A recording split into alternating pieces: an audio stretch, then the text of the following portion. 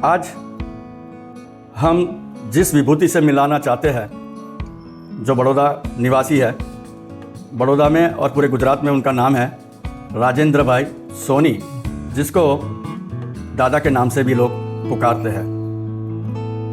आज इस विभूति से हम ये कहना चाहते हैं कि दुनिया में लोगों को बहुत सारी परेशानी है। लोग मानते भी है कर्म, भाग्य, मेहनत, ये सब चीज़ें उनके पीछे लगती है और हर इंसान अपनी ज़िंदगी में अपनी ऊंचाई के लिए, अपने अच्छे कर्म करने के लिए, अच्छे काम करने के लिए कुछ न कुछ प्रयत्न करते हैं। भगवान पे आस्था, प्रेम, विश्वास, ये सब चीज़ें इंसान की ज़िंदगी में जुड़ी हुई है। लेकिन आज हम आपके सामने जो आ रहे हैं तो थोड़ा हटके आ रहे हैं। हटके का मतलब जीवन की यही सच्चाई है कर्म की, उसी को लेकर ही आपके सामने पेश हुए हैं। जिस दादा को हम जिस तरह से जानते हैं कई सालों से, तो एक सामान्य जीवन से उनकी एक शुरुआत हुई बड़ौदा में। उनको भी पता नहीं था कि जो उनके पास जो शक्ति आई वो कहाँ से कोई प्राप्त करने की कोशिश नहीं की है, जो कहते हैं ना गॉड गिफ्टेड। इसी तरह से दादा के पास वो चीज़ें अपने आप आई, लेकिन दादा को उसके बारे में दादा खुद अज्ञात थे। अब जब वो अपना जीवन के व्यवहारों का काम करते थे तब उनको पता नहीं था कि मेरे पास क्या है। शुरुआत उनकी वहाँ से शुरू हुई। जब हमने दादा को देखा और जब हम दादा को मिले तब हम एक छोटे से प्रॉब्लम के लिए दादा के पास ऐसे ही बात कर रहे थे और उन्होंने एक छोटा कर्म बताया। कर्म यानी कि क्रिया बताई, जिसको दादा कर्म भी कहते हैं, हम भी कर्म कहते हैं। उसके बारे में आगे हम आपको वीडियो में ज़्यादा जानकारी देंगे। लेकिन उसी से ये प्रॉब्लम उनका हमारा सॉल्व हुआ। तो ये चीज़ क्या है? तो मेरे हिसाब से, मेरा ओपिनियन के हिसाब से मुझे एक चीज़ ऐसी लगी कि दादा जो दादा के पास जो इंसान आते हैं उसके पास कोई एनर्जी होती है, वो एनर्जी को कट करते हैं और वो एनर्जी को कट करके उसको कर्म के रूप में डाइवर्ट करके उस चीज़ों का सॉल्यूशन करते हैं। हम और आप बहुत सारी जगहों पे गए होंगे। हम एस्ट्रोलॉजी का भी यूज़ करते हैं, ग्रहों से भी, और ये भी एक सत्य है।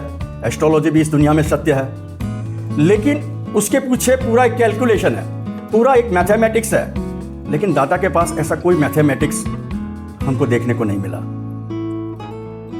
जब दादा के साथ हमारी सफर आगे बढ़ी तो कुछ चीजें ऐसी आश्चर्यजनक थी, जो कहते हैं ना एक सरप्राइजिंग वाली बात थी। तो वो कैसे मुमकिन है? और आज के इस विज्ञान के युग में जहां पे टेक्नोलॉजी इतनी डेवलप्ड है, तो इंसान कैसे बिलीव करे कि ये कैसे हो सकता है, ये कैसे संभव है?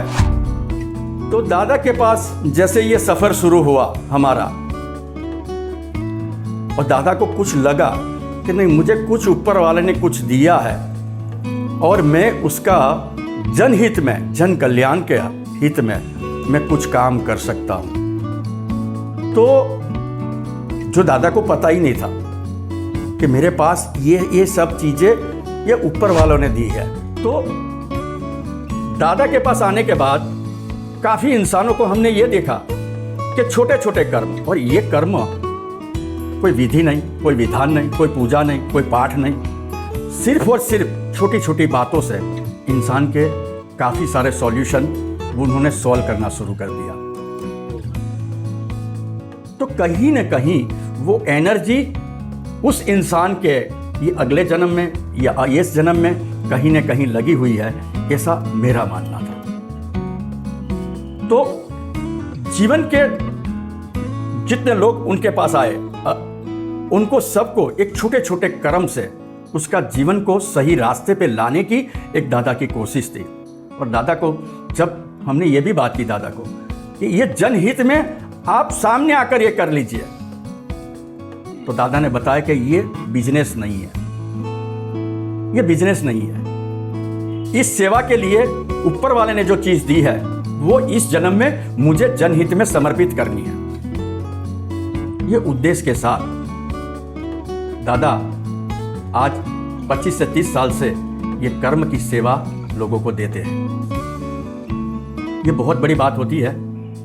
आज हम लोग कहीं ना कहीं जाते हैं, समय भी हमारा खर्च होता है, पैसा भी खर्च होता है, और हर इंसान अपनी अपनी जगह पे सही है। लेकिन यहाँ दादा के पास एक चीज़ हमको जो देखने मिली, ना अमीर और ना गरीब, उसी का कोई भेदभाव आज तक कभी दादा ने किया नहीं। और नहीं किया उसका भी एक बहुत बड़ा कारण यह भी है कि जो पावर ऊपर वाले से जो मिल रही है, और अमीर आया तो उसका कर्म भी छोटा था और गरीब आया तो उसका कर्म भी छोटा था, तो भेदभाव का तो मतलब ही नहीं ना। ऐसा नहीं कि कोई अमीर आ गया तो उसका कर्म बड़ा आ जाता है और गरीब आया तो उसका कर्म छोटा हो जाता है। वो समान रूप में समानता के साथ धर्म को और भगवान को आगे रख के वो चीजों के कर्म बताते हैं। और आज हम जो आपसे कह रहे हैं, ऐसे तो बहुत सारे लोगों को सिर्फ दादा के कर्म से अपना फायदा हुआ है।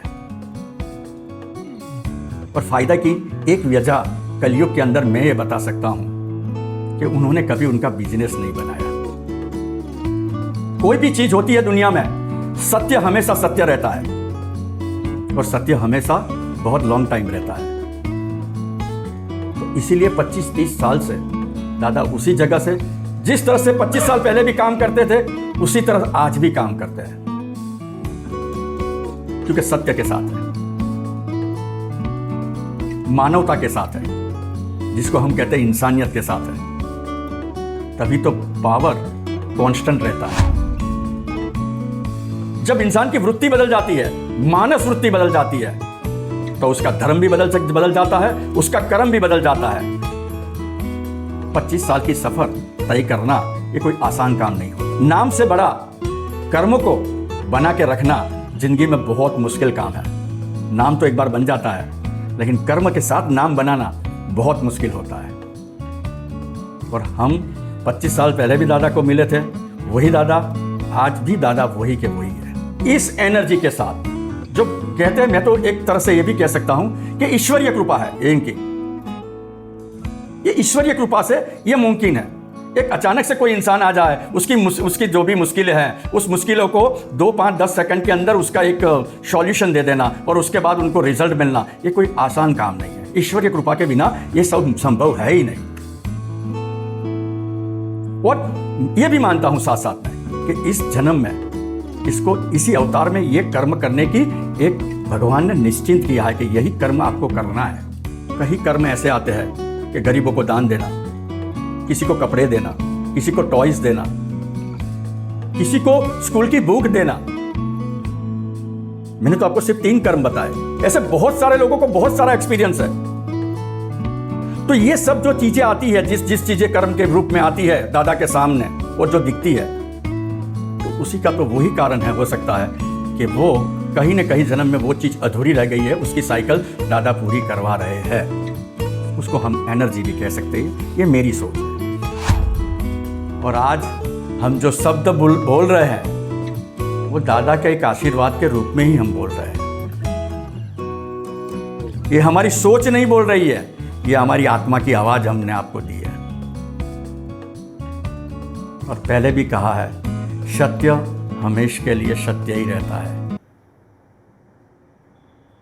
जय माता जी।